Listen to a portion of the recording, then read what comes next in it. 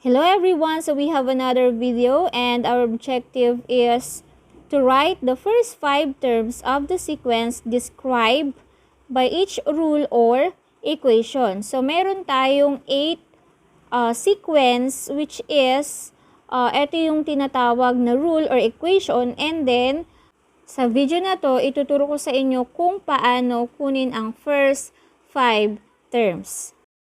Okay, so bago tayo magsimula, alamin muna natin kung ano ang a sub 1, a sub 2, a sub 3, a sub 4, a sub 5, and a sub n. So, yan yung mga tinatawag na number of terms.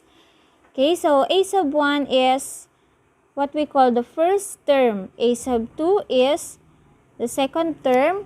A sub 3 is third term. A sub 4 is fourth term. A sub 5 is fifth term, and a sub n is nth term. So, nth term. So, pwede nating lagyan ng 6, 7, 8, 9, and so on. Okay, and now let's proceed to the number 1 example. Number 1, the given rule is a sub n equals n plus 5. Okay, and our objective is to write the first 5 terms of the sequence described by the rule. Okay, so we have a sub 1, a sub 2, a sub 3, a sub 4, a sub 5. Meaning, okay, dyan natin ilalagay ang 5 terms na makukuha natin. To find the first term, isasubstitute natin ang 1. Okay, so a sub 1 equals n plus 5. Papalitan natin ng 1 yung n. Okay, so it becomes a sub 1 equals 1 plus 5. Then 1 plus 5 equals 6. So a sub 1 equals 6. Therefore, our first term is 6. Okay, next, to find the second term, which is a sub 2, we substitute 2 doon sa n.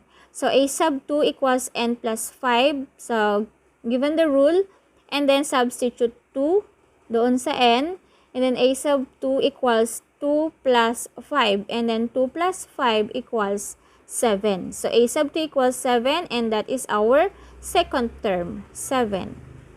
And next, to find the third term, isasubstitute natin ang 3 doon sa n. So, we have now a sub 3 equals n plus 5, and magiging 3. So, a sub 3 equals 3 plus 5, and 3 plus 5 equals 8. So, we have now a sub 3 equals 8. So, 8 now is our third term.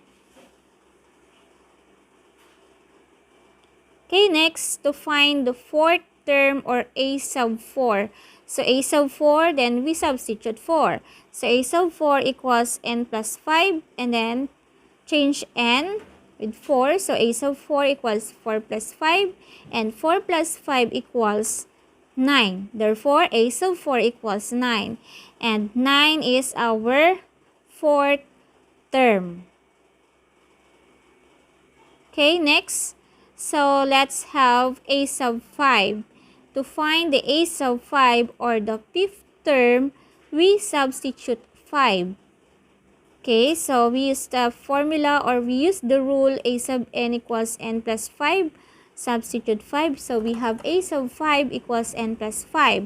Then, papalitan natin yung n ng 5. So, it becomes a sub 5 equals 5 plus 5. And 5 plus 5 equals 10. Then, we have a sub 5 equals 10. 10 is the fifth term. Therefore, the first 5 terms of the given rule is 6, 7, 8, 9, 10.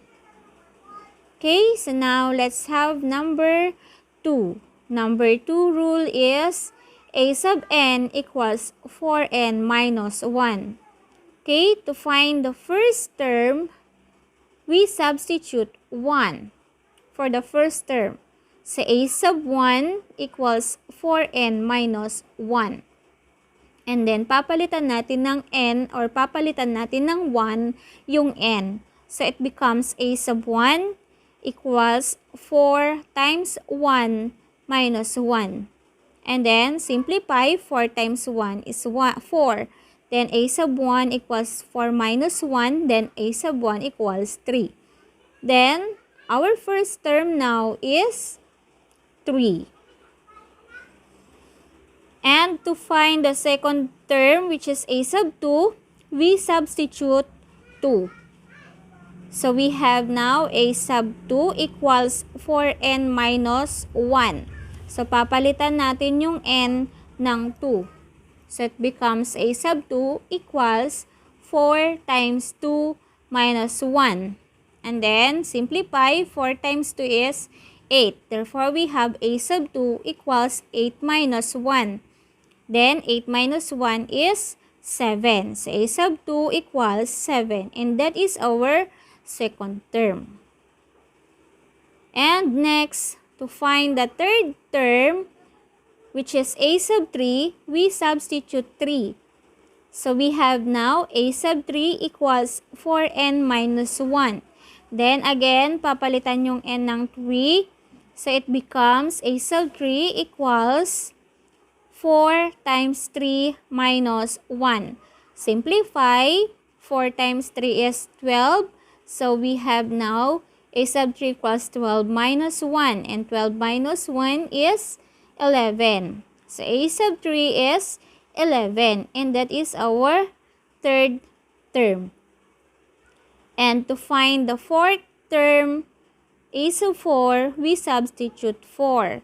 So now we have a sub 4 equals 4n minus 1. And then it becomes a sub 4 equals 4 times 4 minus 1. Then simplify, 4 times 4 is 16. Then 16 minus 1 is 15. So a sub 4 equals 15. And that is our fourth term. Okay, next, to find the fifth term or a sub 5, we substitute 5. So now we have a sub 5 equals 4n minus 1. So papalitan yung n ng 5. So a sub 5 equals 4 times 5 minus 1. Then we multiply, 4 times 5 equals 20. Therefore, we have a sub 5 equals 20 minus 1. So 20 minus 1 equals 19. So our a sub 5 is 19. And that is our fifth term. Therefore, ang first 5 terms ng rule natin na a sub n equals 4n minus 1 ay 3, 7, 11, 15, 19. Okay, next, let's have another example, which is number 3. So the given rule or equation is a sub n equals 7 minus 2n. And we will going to find the first 5 terms of the given equation. So to find the first term, we substitute 1. So we have a sub 1 equals 7 minus 2n. And then papalitan natin ng 1 yung n's. Therefore, we have 7 minus 2 times 1. Okay, then simplify muna natin. So, we multiply negative 2 and 1. So, negative 2 times 1 is negative 2. Then, now we have a sub 1 equals 7 minus 2. 7 minus 2 equals 5. Therefore, we have a sub 1 equals 5. Now, 5 is our first term or a sub 1. Okay, next, to find the second term, we substitute 2. So, we have a sub 2 equals 7 minus 2n. So, papalitan natin yung n ng 2. Therefore, we have a sub 2 equals 7 minus 2 times 2. So, simplify. Negative 2 times 2 is negative 4. So, therefore, we have the equation a sub 2 equals 7 minus 4. And 7 minus 4 is 3. Then, now we have a sub 2 equals 3. And 3 is the second term. Okay, next, to find the third term or a sub 3, we substitute 3. So, we have now a sub 3 equals 7 minus 2n. And then, substitute 3, papalitan natin yung n ng 3. Then, now we have a sub 3 equals 7 minus 2 times 3. Then, simplify.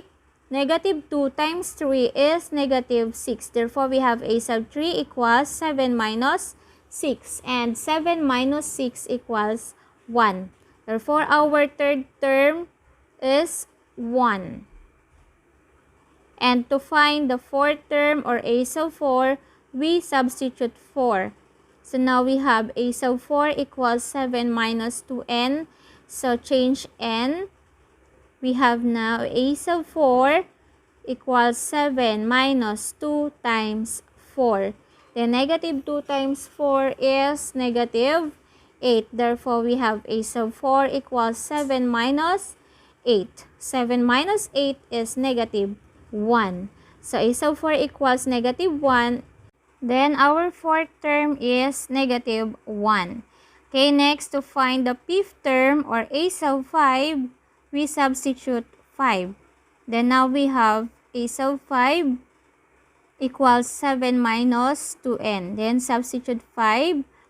Then, now we have a sub 5 equals 7 minus 2 times 5. Then, simplify. Negative 2 times 5 is negative 10. Then, now we have a sub 5 equals 7 minus 10. 7 minus 10 equals negative 3. Therefore, a sub 5 equals negative 3. And negative 3 is the fifth term. So, ang first 5 terms ng given rule natin or equation ay 5, 3, 1, negative 1, negative 3. Okay, so let's have another example, number 4. So, ang given rule natin or equation is a sub n equals 3 raised to n. So, ang exponent natin ngayon ay n. Okay, so to find the first 5 terms, okay, we have, to find the first term or a sub 1, substitute natin ang 1 doon sa n. Therefore, we have a sub 1 equals 3 raised to 1. So, 3 raised to 1 is 3. Therefore, ang a sub 1 natin is 3 or first term is 3. Okay, to find the second term or a sub 2, isa-substitute natin ang 2. Papalitan natin yung n ng 2. So, it becomes a sub 2 equals 3 square. So, 3 square means dalawang beses nating ita-times ang 3. So, 3 times 3 equals 9. Therefore, ang a sub 2 natin ay 9.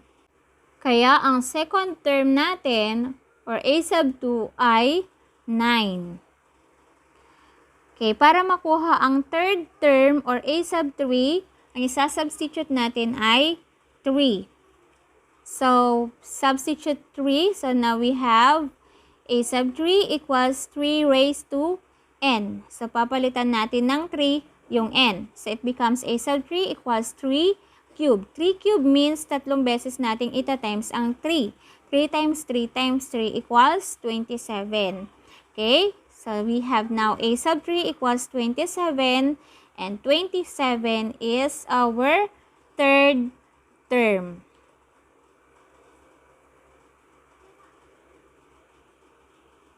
Okay, next, to find the fourth term or a sub 4, substitute 4. So, a sub 4 equals 3 raised to n. Again, n palitan natin ng 4. So, we have a sub 4 equals 3 raised to 4. 3 raised to 4 means 4 na beses nating ita-times ang 3. 3 times 3, 9 times 3, 27 times 3, 81. Therefore, ang a sub 4 natin is 81. And 81 is the fourth term. Okay, next, to find the a sub 5 or the fifth term, we substitute 5. So, now it becomes a sub 5 equals 3 raised to n. So, papalitan natin yung n ng 5. So, it becomes a sub 5 equals 3 raised to 5. So, 3 raised to 5 means limang beses nating ita-times ang 3. So, 3 times 3 times 3 times 3 times 3. And the answer is 243. So, ang a sub 5 natin ngayon is 243, which is yan yung fifth term natin. Okay? So, again, ang first 5 terms ng rule natin na a sub n equals 3 raised to n ay 3, 9, 27, 81, 243. Okay, next, let's have another example, number 5. Number 5 rule, a sub n equals n squared minus 5. Okay, para makuha ang first term, again, substitute natin ang 1. So, a sub 1 equals n squared minus 5. So, again, papalitan natin yung n ng 1. So, it becomes 1 squared minus 5. So, ang uunahin natin is yung may exponent. So, 1 squared is equal to 1. Then, a sub 1 equals 1 minus 5. 1 minus 5 equals negative 4. So, ang a sub 1 natin, ang first term natin ay negative 4. Okay. To find the second term or a sub 2, isa-substitute natin yung 2 doon sa n. So, it becomes a sub 2 equals n squared minus 5. Okay. Palitan natin yung n ng 2. So, it becomes a sub n or a sub 2 equals 2 squared minus 5. So, simplify. 2 squared means 2 times 2. We have 4. So, 4 minus 5 equals negative 1. Therefore, ang a sub 2 natin equals negative 1. And negative 1 is the second term. Okay, next, to find the third term or a sub 3, so isa-substitute natin ang 3 doon sa n. Okay? So, a sub 3 equals n squared minus 5. Then, palitan natin yung n ng 3. So, a sub 3 equals 3 squared minus 5. So, simplify 3 squared. So, 3 times 3 is 9. So, a sub 3 equals 9 minus 5. 9 minus 5 is 4. So, therefore, we have a sub 3 equals 4. And that is our third term. The third term is 4. Okay, next, to find the fourth term, we substitute 4. So, we have now a sub 4 equals n squared minus 5. So, we substitute 4. So, a sub 4 equals 4 squared minus 5. And then, simplify. 4 squared is, okay, 4 times 4 is 16. Therefore, we have 16 minus 5. So, 16 minus 5 equals 11. So, again, a sub 4 equals 11. And that is our fourth term. Okay, next, to find the fifth term or a sub 5, we substitute 5. So, a sub 5 equals n squared minus 5. So, papalitan natin yung n ng 5. So, it becomes a sub 5 equals 5 squared minus 5. Simplify natin. So, 5 squared means 5 times 5. So, 5 times 5 is 25 minus 5. And then, 25 minus 5 is 20. And a sub 5 is 20 or the fifth term is 20. Kaya ang first 5 terms ng given rule or equation natin, which is a sub n equals n squared minus 5, ay negative 4, negative 1, 4, 11, 20. Okay, so next, let's have number 6. A sub n equals n over 5. So, find the first term, substitute 3. Now, we have a sub 1 equals n over 5. So, papalitan natin yung n ng 1, so it becomes 1/5. 1/5 is in simplest form, so yan na po yung first term natin, 1/5. Okay, to find the second term, which is a sub 2, sasubstitute natin yung 2. So, a sub 2 equals n over 5. So, papalitan natin yung n ng 2. Therefore, we have a sub 2 equals 2 over 5 or 2/5. Okay, so 2/5 is in simplest form. So, therefore, ang second term natin ay 2/5. Okay, next, to find the third term, we substitute 3. So, a sub 3 equals n over 5. So, papalitan natin ng 3 yung n.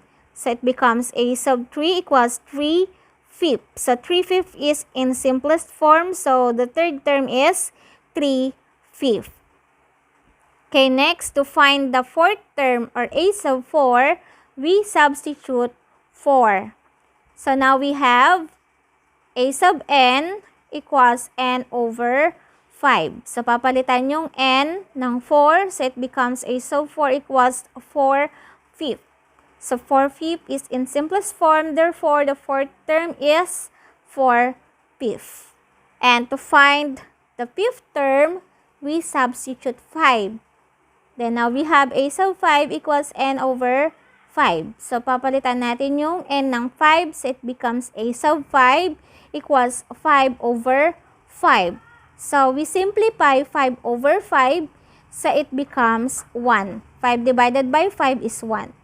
Therefore, the fifth term is 1. So again, the first 5 terms of the given rule or equation, which is a sub n equals n over 5, is 1/5, 2/5, 3/5, 4/5, 1.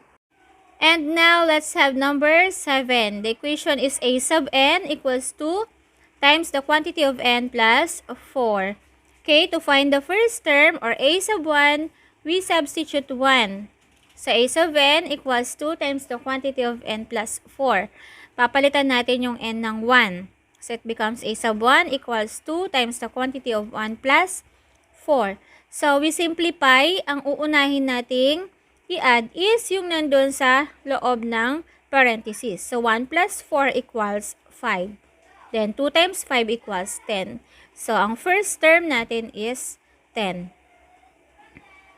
Okay, next, to find the second term, or a sub 2, sasubstitute natin ang 2. So, a sub 2 equals 2 times n plus 4.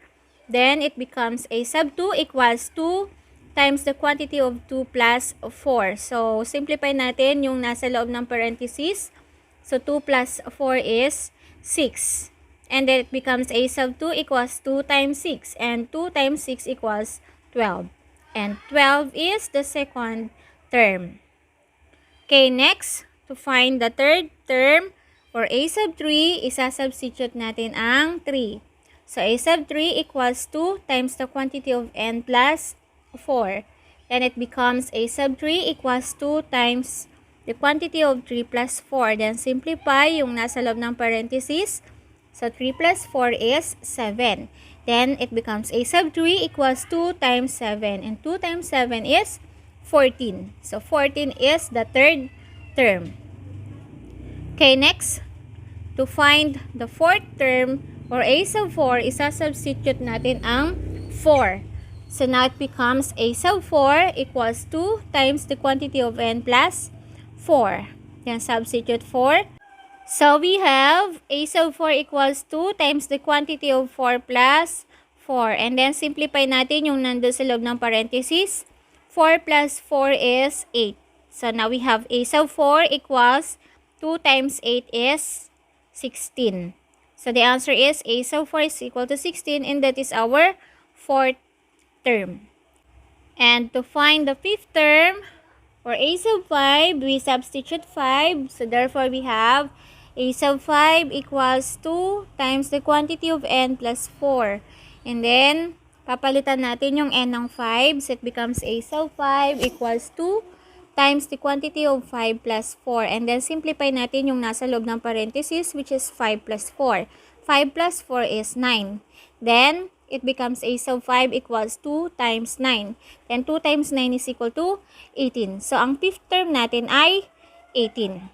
So, ang first 5 terms ng general rule natin, or ng equation na a sub n equals 2 times the quantity of n plus 4 ay 10, 12, 14, 16, 18. Okay, so let's have number 8 equation, which is a sub n equals negative 2n minus 5. To find the first term, we substitute 1. So, a sub 1 equals negative 2n minus 5. So, papalitan natin yung n ng 1. So, it becomes a sub 1 equals negative 2 times 1 minus 5. So, simplify, negative 2 times 1 is negative 2. Therefore, we have a sub 1 equals negative 2 minus 5. Then, the answer is negative 2 minus 5. The answer is negative 7. So, ang a sub 1 natin is negative 7. Okay. To find the second term, or a sub 2, isasubstitute natin ang 2. So, a sub 2 equals negative 2n minus 5. So, substitute 2 doon sa n. So, it becomes a sub 2 equals negative 2 times 2 minus 5. Then, simplify. Negative 2 times 2 equals negative 4. So now we have a sub 4 equals negative 4 minus 5. So a sub 2 now is equal to negative 4 minus 5 is negative 9. So ang second term natin ay negative 9. Okay, next, to find the third term or a sub 3, isa-substitute natin ang 3. So a sub 3 equals negative 2n minus 5. So yung n, palitan ng 3, so it becomes a sub 3 equals negative 2 times 3 minus 5. Then simplify, negative 2 times 3 is negative 6. So it becomes a sub 3 equals negative 6 minus 5. And then, negative 6 minus 5 is negative 11. So, ang a sub 3 natin or third term natin ay negative 11. Okay, para makuha yung fourth term or a sub 4, we substitute 4. So, a sub 4 now equals negative 2n minus 5. So, papalitan natin ng 4 yung n. So, a sub 4 equals negative 2 times 4 minus 5. And then simplify, negative 2 times 4 is negative 8. Therefore, we have a sub 4 equals negative 8 minus 5. It is equal to negative 13. So, ang fourth term natin is negative 13. And to find the fifth term or a sub 5, we substitute 5. So, a sub 5 equals negative 2n minus 5. So, substitute natin yung 5 sa n. So, it becomes a sub 5 equals negative 2 times 5 minus 5. And then simplify, negative 2 times 5 is 10. So it becomes a sub 5 equals negative 10 minus 5.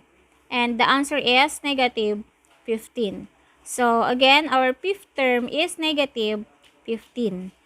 Therefore, ang first 5 terms ng given rule or equation natin ay negative 7, negative 9, negative 11, negative 13, negative 15. Okay, so that's all for now. And thank you for watching. So please don't forget to like, share, and subscribe.